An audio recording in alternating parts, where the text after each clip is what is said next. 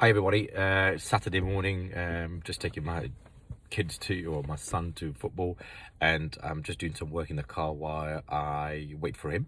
And I've just sent 3 emails to my commercial broker, and I thought I'd share those with you because this is part and parcel of property developments, is how you actually finance those purchases, but also be quite effective and efficient in the way you approach your purchase. So I'll share with you 3 examples of free purchases that I'm carrying on at the moment. So the first one is a block of 3 flats that I am doing the second viewing of this morning, and the idea I've just sent to my broker is to buy the block of flats. One of them needs complete refurbishment because there's no kitchen, no bathroom, so you're not going to get a mortgage on it, and I'm negotiating to get a 4 to 6 weeks delayed completion, where, if people don't know what that is, please have a look at some of the other videos when I talk about exchange with delayed completion. You can watch that on my YouTube channel or on my Facebook group. But so the idea is we buy the block, put a 10% deposit, exchange, so everybody's secured that we're going to buy it, they're going to sell it.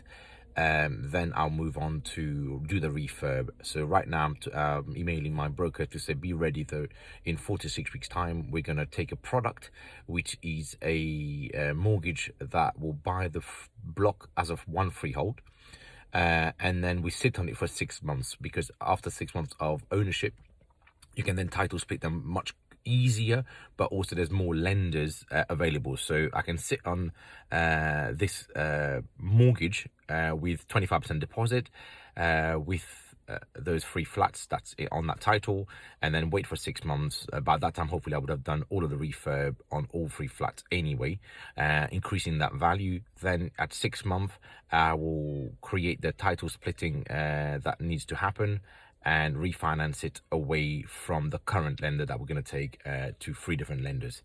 This means that I don't have to buy the whole block cash, which means I can use the cash for the other 2 projects I'm going to talk about. So using only 25% deposit. Second, I also can have the time to actually search for the best deals in 6 months time when we come to title splitting those, and what available rates we have. And more importantly, we are becoming more efficient in our use of cash.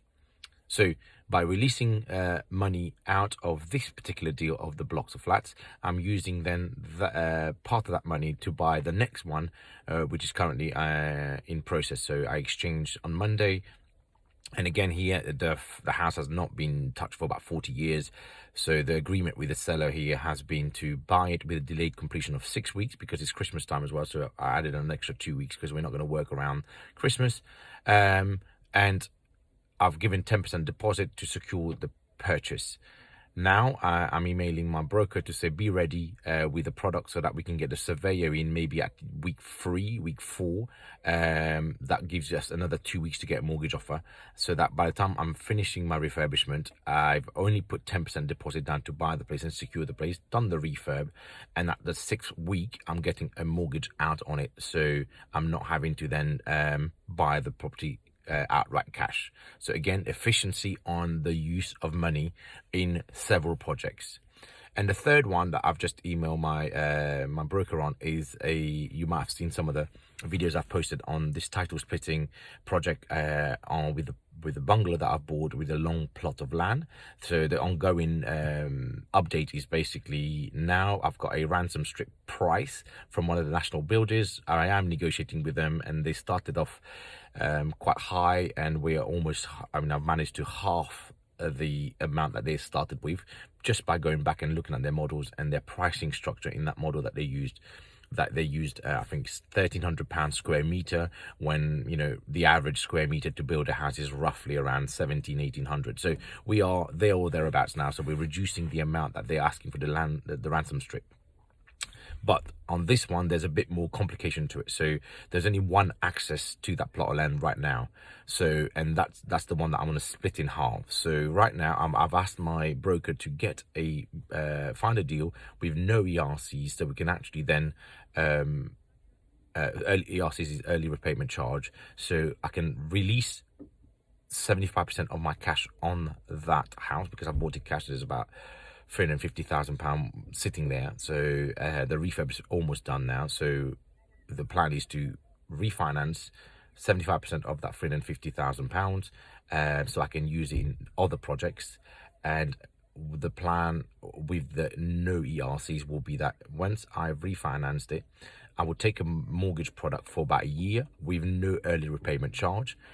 The reason why I'm doing that is because I'm also putting in for planning permission to build a house on the second section of that plot of land.